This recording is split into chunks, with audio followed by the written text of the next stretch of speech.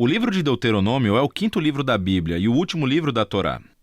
Depois do êxodo do Egito, Israel ficou no Monte Sinai por 1 ano, fazendo uma aliança com seu Deus. E então eles tiveram uma viagem desastrosa através do deserto, e a geração do êxodo se desqualificou para entrar na terra que foi prometida a Abraão. E assim, Deuteronômio começa com Moisés na frente dessa nova geração explicando a Torá. E é a partir daqui que o conceito e a finalidade do livro são revelados.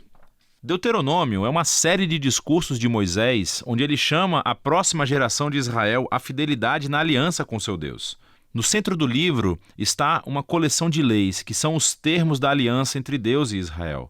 Algumas das leis são novas, mas muitas são repetidas, vindas de leis dadas anteriormente no Monte Sinai. E é daí que esse livro recebe o seu nome, da palavra grega Deuteronomion, que significa segunda lei. Agora, cercando essas leis, há 2 seções externas do discurso de Moisés. Cada uma delas é dividida em 2 partes. Vamos nos aprofundar e ver como tudo se encaixa.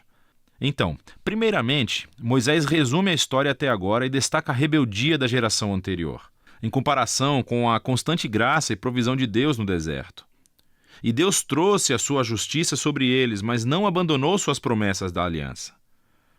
Depois disso, surge uma série de sermões muito intensos, onde Moisés chama essa nova geração para ser mais fiel do que seus pais foram à aliança. Ele relembra os dos 10 mandamentos. E então, a peça central dessa sessão é uma famosa frase chamada o Shema. Moisés disse: "Ouça, Israel, o Senhor, o nosso Deus, é o Senhor único. E você deverá amar o Senhor, o nosso Deus, com todo o seu coração, com toda a sua alma e com toda a sua força." Isso se tornou uma oração diária muito importante no judaísmo e reúne todos os temas do livro. Portanto, a palavra ouça ou Shema em hebraico significa muito mais do que apenas ouvir. Seu significado inclui responder aquilo que você ouve. Em português nós diríamos, obedeça. E a palavra amor em hebraico também significa muito mais que apenas uma emoção ou sentimento. É uma decisão de devoção sincera a Deus, que envolve a sua vontade e as suas emoções, sua mente e o seu coração.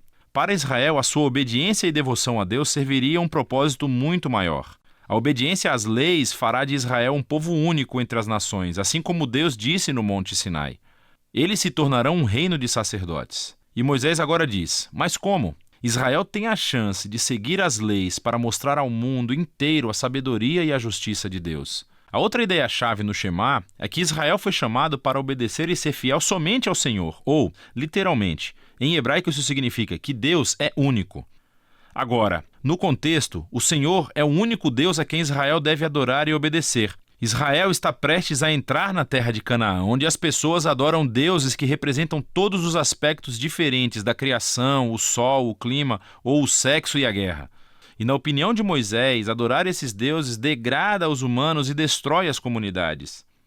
Mas adorar o Deus de Israel, que é o Criador e Redentor, levará a vida e bênçãos. E assim, chegamos à grande coleção de leis no meio do livro, que são organizadas por tópicos. A sessão de abertura é sobre a adoração de Israel ao seu Deus. Eles deveriam ter um templo central, onde somente um Deus seria adorado. E também Deus deveria ser adorado através do cuidado de Israel pelos pobres.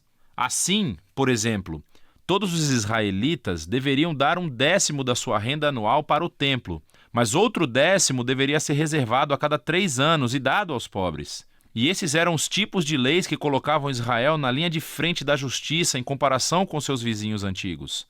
E tudo estava relacionado à sua adoração a Deus. A próxima seção descreve as qualidades de caráter dos líderes de Israel.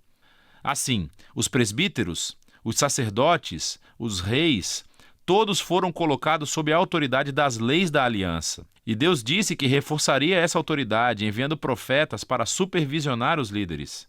Assim, em contraste com os vizinhos de Israel, onde os reis eram considerados divinos e a própria lei da nação, os líderes de Israel estavam subordinados à lei e aos profetas. Depois disso, há uma grande parte das leis sobre a vida pública de Israel.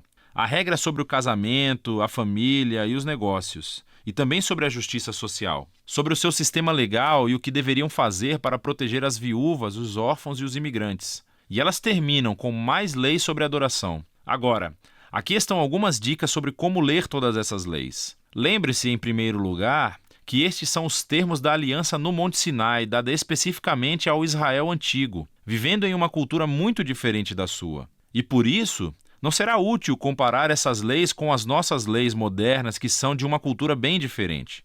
Pelo contrário, essas leis foram dadas para separar Israel. Por isso, precisamos comparar essas leis com as leis dos vizinhos de Israel, como a Assíria ou a Babilônia. E quando você faz isso, de repente, as leis que pareciam duras ou estranhas se tornam muito mais claras. Você vê que Deus está empurrando Israel para um nível de justiça mais elevado do que antes. E, finalmente, tente discernir quais princípios centrais de sabedoria ou justiça estão subjacentes a qualquer lei particular, e você descobrirá algumas coisas bem profundas. Aqui está uma tarefa para obter pontos extras. Veja como o apóstolo Paulo faz exatamente isso na primeira carta aos Coríntios, capítulo 9, versículo 9. Ele cita uma lei de Deuteronômio, capítulo 25, versículo 4, que é realmente interessante. Então, de volta a Moisés. Depois de ler todas as leis, ele emite um desafio final para que Israel ouça e ame seu Deus. Primeiro, ele emite um aviso e um ultimato. Se Israel ouvir e obedecer ao seu Deus, tudo dará certo. Muita bênção divina. Mas se eles não escutam e se rebelam, haverá fome, pragas, devastação e, por último, o exílio da terra. E então Moisés toma uma decisão. Ele diz: hoje eu coloco diante de vocês toda a vida ou morte, bênção ou maldição, bondade ou maldade. Portanto, escolham a vida amando ao Senhor seu Deus e escutando o que ele diz. Mas então Moisés diz: sei que depois que eu morrer, vocês vão se rebelar e se afastar de Deus e sofrer o exílio. O que é meio deprimente, mas, novamente, ele já convive com essas pessoas há muito tempo e fica claro que as suas esperanças não são muito altas. Mas nem tudo está perdido, diz Moisés. Um dia, quando Israel estiver no exílio, Moisés diz que eles poderão voltar para o seu Deus, que, em suas palavras, circuncidará os seus corações, para que possam amá-lo de todo o coração e alma, e para que possam viver.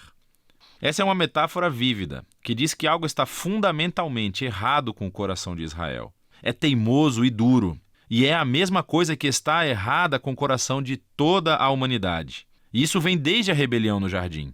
Os humanos ganharam autonomia de Deus. Eles queriam definir o bem e o mal por si mesmos e, como resultado, eles arruinaram o mundo bom de Deus. Mas um dia, Moisés diz, Deus vai fazer algo para transformar os corações do seu povo, para que eles possam verdadeiramente ouvir e amar a Deus de coração, e possam ser trazidos de volta à vida verdadeira.